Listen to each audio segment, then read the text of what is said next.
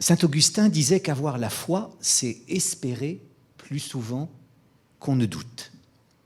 Cette formule géniale nous en informe assez. Il n'est point de foi si chevillée au cœur qui se puisse imaginer que n'entoure toujours un halo de doute. Et même les charbonniers n'ont pas la foi des charbonniers, si parfois du charbonnier on entend une foi qui serait pour toujours à l'abri du commencement de l'once, du début d'un petit doute. Avoir la foi, c'est espérer plus souvent qu'on ne doute. Mais qu'est-ce qu'espérer plus souvent qu'on ne doute, sinon précisément avoir confiance? Un homme est très amoureux d'une femme et obtient d'elle, plutôt du bout des lèvres que du fond du cœur, un rendez-vous dans quelque estaminet parisien à 18h. Notre amoureux est là dès 17h30, la veille, pour être sûr de ne point manquer le rendez-vous.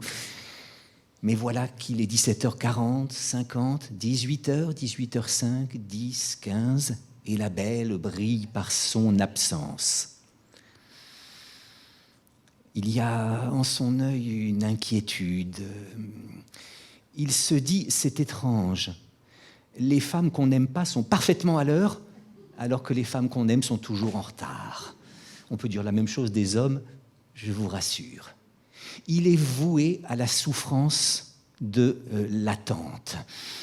Il essaie de cacher qu'il attend en commandant un verre de vin, en essayant de lire le livre qu'il a sous les yeux, en esquissant une conversation avec le patron. Mais le vin n'a point de goût puisqu'il est bu tout seul. Jean-Pierre Coff, grand philosophe, a dit un jour « Le pain appelle le copain. Le meilleur pain du monde, si t'es tout seul à le bouffer, il perd de tout son goût. » Il lit plusieurs fois le livre, mais n'arrive à graver aucun mot. La conversation avec le patron, eh bien, il n'en entend que la mélodie, mais non point la signification. Il est voué à l'attente, laquelle l'expatrie du présent, laquelle le fait faire sécession d'avec le présent, car quand on attend, on ne vit pas le présent.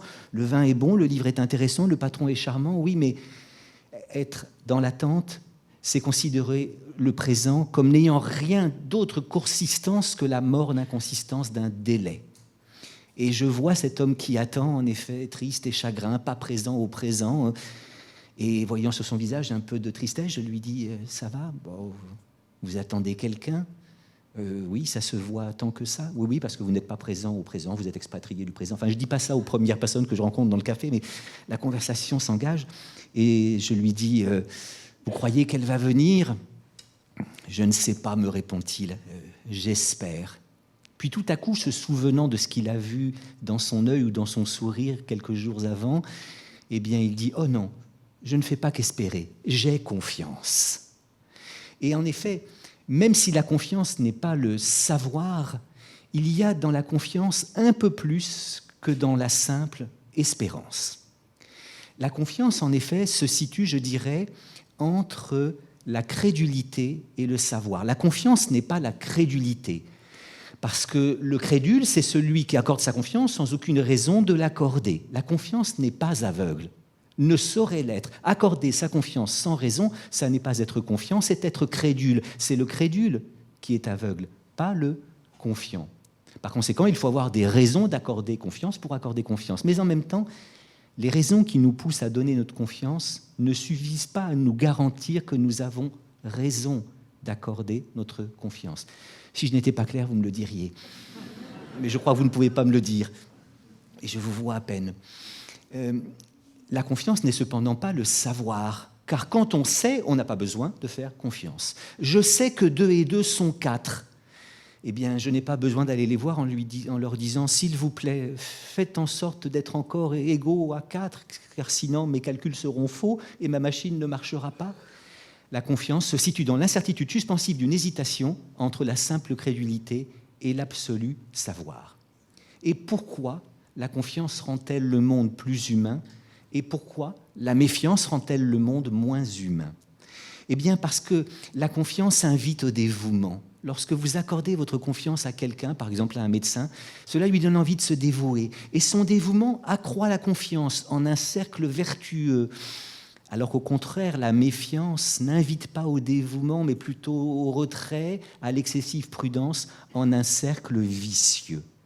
La confiance attire en ce qu'il y a de meilleur en nous. Elle attire la franchise et la supposition que l'autre, qui pourtant a fait bien des bêtises dans sa vie, eh bien, est plus plastique, plus mobile, plus perfectible qu'il ne l'a montré jusqu'à maintenant, c'est le meilleur moyen qu'il le devienne un jour. Parier que l'autre vaut mieux que ses actes passés.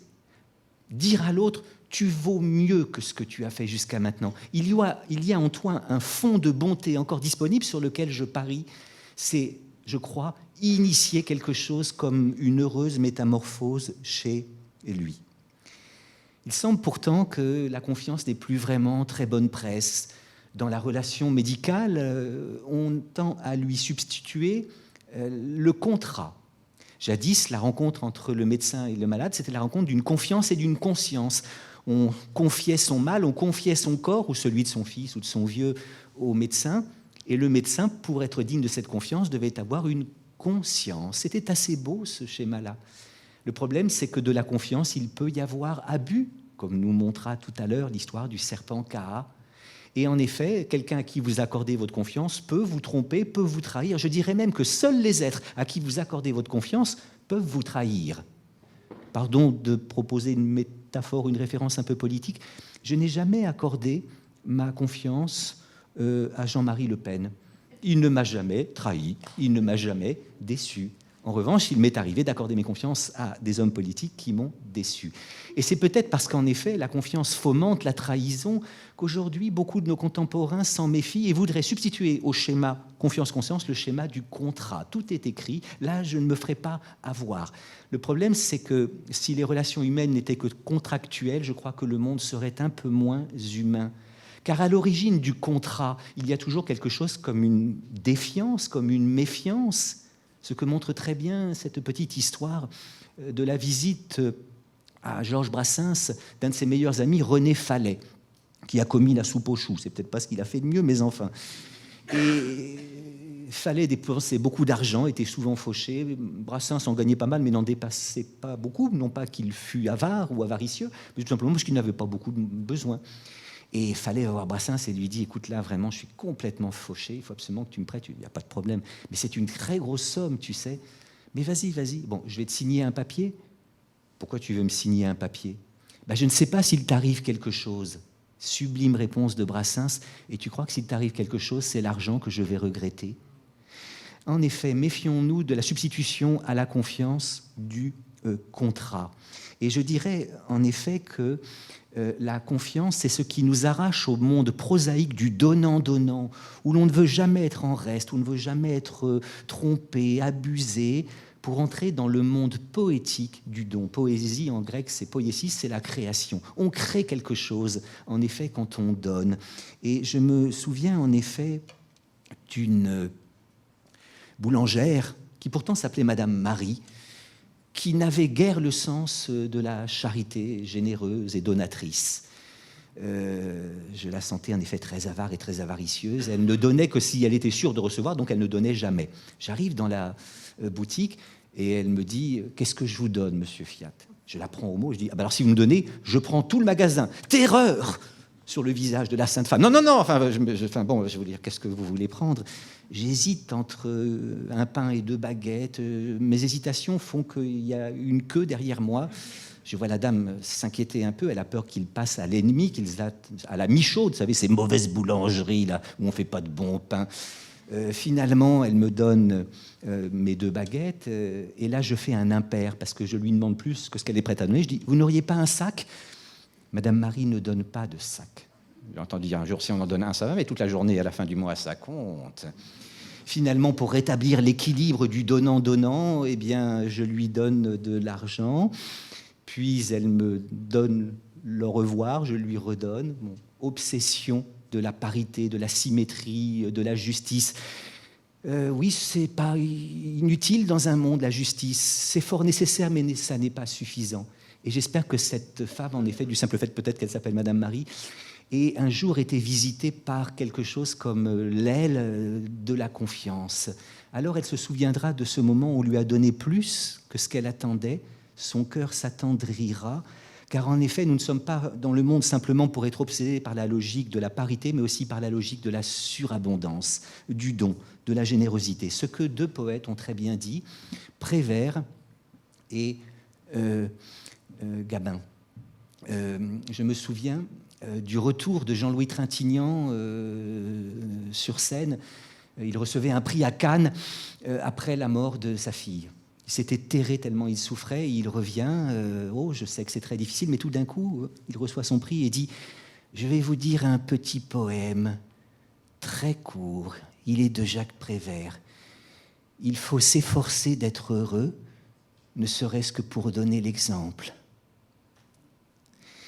Et pour Gabin et Dabadi, rappelez-vous cette magnifique chanson dite et parlée. Quand j'étais gosse, comme trois pommes, je parlais bien fort pour être un homme. Je disais, je sais, je sais, je sais, je sais, je sais. Et qu'en 18 ans, j'ai dit, ça y est, maintenant je sais. L'amour, les parfums et les roses. Tiens, oui, l'amour, j'en avais fait tout le tour. Heureusement, au milieu de ma vie, j'ai encore appris. Et comme les copains, j'avais pas mangé tout mon pain. Il y a 60 coups qui viennent de sonner à l'horloge. Je regarde pas ma fenêtre et je m'interroge. Je sais qu'on ne sait jamais. Si la seule chose que je sache, c'est que le jour où quelqu'un nous aime, il fait très beau. Je ne peux pas mieux dire, il fait très beau. Et après qu'il a dit cela, Gabin se met à chanter. Il peine un peu, car la voix est abîmée par l'âge et les cigarettes. À la fin de sa vie, le père Gabin fumait 5 paquets de clopes par jour. Et donc Gabin dit, le jour où quelqu'un nous aime, il fait très beau, je ne peux pas mieux dire, il fait très beau, et ajoute « C'est encore ce qui m'étonne dans la vie, moi qui suis à l'automne de ma vie. On oublie tant de soirs de tristesse, mais jamais un matin de tendresse. » Il y a là une asymétrie entre la tristesse et la tendresse, entre la défiance et la confiance. Tant mieux. Merci.